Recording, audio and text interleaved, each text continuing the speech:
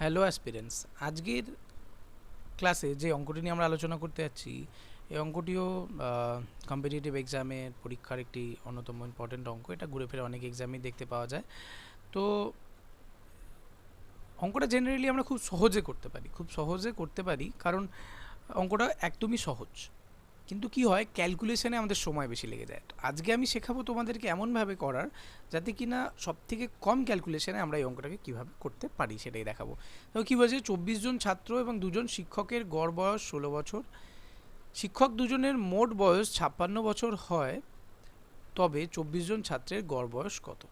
প্রশ্ন হচ্ছে এটা। তো আমরা এই অঙ্কটা খুব সহজেই করতে পারি কিভাবে, যে দুজন শিক্ষকের গড় বয়স যদি 56 বছর ধরে রাখলাম, 56 ইয়ার্স, দুজন শিক্ষকের গড় বয়স 56 বছর। এবার যে 24 জন ছাত্র এবং দুজন শিক্ষকের গড় বয়স 16, তাহলে আমি এখানে এটাকে কী করতে পারি, এখানে এটাকে আমি 26 ধরে নিয়ে 26-এর সাথে 16 গুণ করতে পারি। গুণ করার পর যেটা আসবে সেটার থেকে আমি এটা মাইনাস করতে পারি। যা আসলো মাইনাস করলাম, মাইনাস করার পর আমার যেই মানটা আসবে সেই মানটার সাথে আবার কি করতে পারি, আবার আমি যতজন 24 জন ছাত্র আছে এই 24 জন ছাত্র দিয়ে ভাগ করে আমি কি করতে পারি, অঙ্কটাকে সলভ করতে পারি। এটা নর্মাল ট্রেডিশনাল নিয়ম। বাট এই নিয়মে কি হচ্ছে, এই নিয়মে আমার কিন্তু প্রচুর সময় চলে যাচ্ছে, যেটা পরীক্ষার হলে সময়টা দেওয়া যাবে না। আমাদেরকে এই অঙ্কটাকে যতটা পারা যায় কম সময়ে করতে হবে। ধরো একটা পরীক্ষা হলে 50টা অঙ্ক আছে, প্রতি অঙ্কে আমি 5 সেকেন্ড করে কমালাম, প্রায় আমি 250 সেকেন্ড কামাচ্ছি, মানে হচ্ছে গিয়ে 4 থেকে 5 মিনিট আমি কমাতে পারছি। 4 থেকে 5 মিনিট মানে আমি আরও অনেক কিছু করতে পারবো এই টাইমিংসে। তো দেখো, আমি যেইভাবে অঙ্কটা তোমাদের করতে বলবো সেটা বোঝো। কি বলেছে এখানে, যে 24 জন আছে, দুজন শিক্ষকের গড় বয়স 16 বছর। মানে কি, যে 24 জন ছাত্র এবং শিক্ষক তাদের প্রত্যেকের গড় বয়স 16, তাই বলছে, মানে গড় বয়স হলো 16, শিক্ষক দুজনের মোট বয়স 56 বছর। তার মানে কি, গড় বয়সের থেকে বেশি বছর। এবং তারা কি করলো, যদি বের করে দেওয়া হয় তাদের, তাহলে এবার গড় বয়সটা যেটা চেয়েছে ছাত্রদের সেটা বাড়বে না কমবে, আমাদের সবার আগে সেটা ভাবতে হবে। অবভিয়াসলি কমে যাবে। কারণ কেন কমে যাবে, কারণ গড় বয়স 16 যেখানে, সেখানে 56 বছর বেরিয়ে গেলে অবশ্যই কমে যাওয়ার কথা। তো আমি যদি মনে করি কখন কমতো না, এটা আমাদের ভাবতে হবে যে গড় বয়সটা কখন কমতো না। যে দুজন শিক্ষক বেরিয়ে গেল, ওরা যদি 32 বছর নিয়ে বেরিয়ে যেত, তাহলে কিন্তু আমার গড় বয়সে একও কমতো না। কারণ কি, যে প্রতি একজন শিক্ষকের গড় বয়সই 16 বছর করে হচ্ছে, প্রতি একজন শিক্ষকের গড় বয়স কত করে হচ্ছে, 16 বছর করে। সেই জন্য আমার কোথাও কোনো রকম কিন্তু কম হতো না। কিন্তু এখানে কম হয়ে যাচ্ছে কিসের জন্য, না, এই 32 বছরের সাথে সাথে এই দুজন শিক্ষক এক্সট্রা কিছু বয়স নিয়ে চলে যাচ্ছে। এক্সট্রা কত বয়স নিয়ে যাচ্ছে, যদি আমি এই 56কে বাদ দিয়ে দিই 32 থেকে, 32কে বাদ দিয়ে দিই 56 থেকে, তাহলে আমার কত এক্সট্রা পড়ে থাকছে এখানে 4, এখানে 2, মানে আমার 24টা বয়স এক্সট্রা নিয়ে যাচ্ছে। এই 24টা বয়স এক্সট্রা নিয়ে যাবার জন্য কি হবে, এই 24টা বয়স এক্সট্রা নিয়ে যাবার জন্য প্রত্যেকের বয়স কমে যাবে।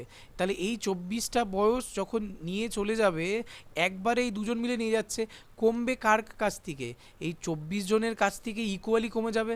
তাহলে 24 জনের কাছ থেকে যদি 24 এক এক করে ইকুয়ালি কমে যায়, তাহলে আমার মোট বয়স কত ছিল, এখানে গড় বয়স কত, 16, তাহলে এই 16 থেকেও 1 বেরিয়ে যাবে নিশ্চয়ই গড়ে, তাহলে 16 থেকে যদি 1 গড়ে বেরিয়ে যায়, আমার পড়ে থাকবে 15। তাহলে আমার এটার অ্যান্সার হয়ে যাবে 15।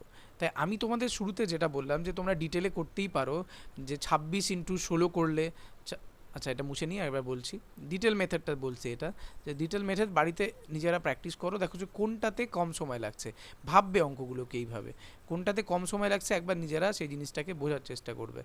ঠিক আছে,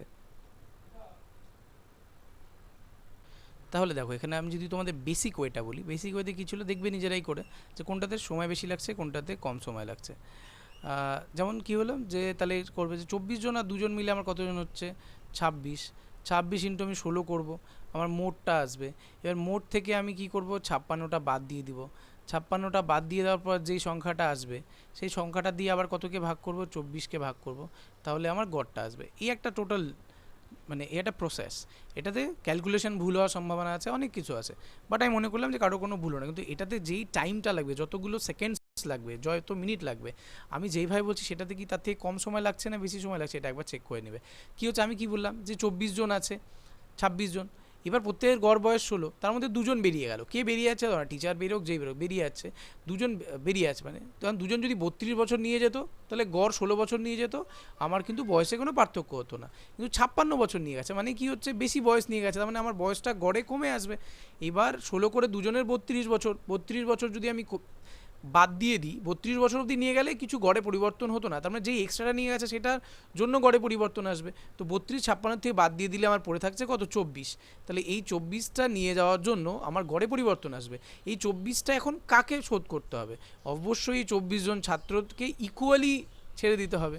তো ইকুয়ালি কত, গড় মানে ইকুয়াল, তো গড়ে কত করে যাবে, 1 করে যাবে। তো গড়ে 1 করে কমে গেলে, আমার বর্তমানে 16 বছর আছে, 1 করে কমে গেলে কত হবে, 15। তাহলে আমার গড় হয়ে গেল 15। এটার জন্য আমার কি কোনো কোনো সময় আমাকে এটা পরীক্ষা হলে অত পেনও ধরতে হবে না। তো যদি এই ধরনের অঙ্কগুলো আমি যেভাবে বোঝাচ্ছি ভালো লাগে, তাহলে অবশ্যই লাইক করো, বন্ধুদের সাথে শেয়ার করো, এবং আমাকে কমেন্ট বক্সে কমেন্ট করে জানাও। আমি এইভাবে তোমাদের জন্য অঙ্ক নিয়ে আসবো যেখানে মানে তথাকথিত যেই নিয়ম তার বাইরে গিয়ে আমরা অন্য রকমভাবে অঙ্কগুলোকে শিখতে পারি।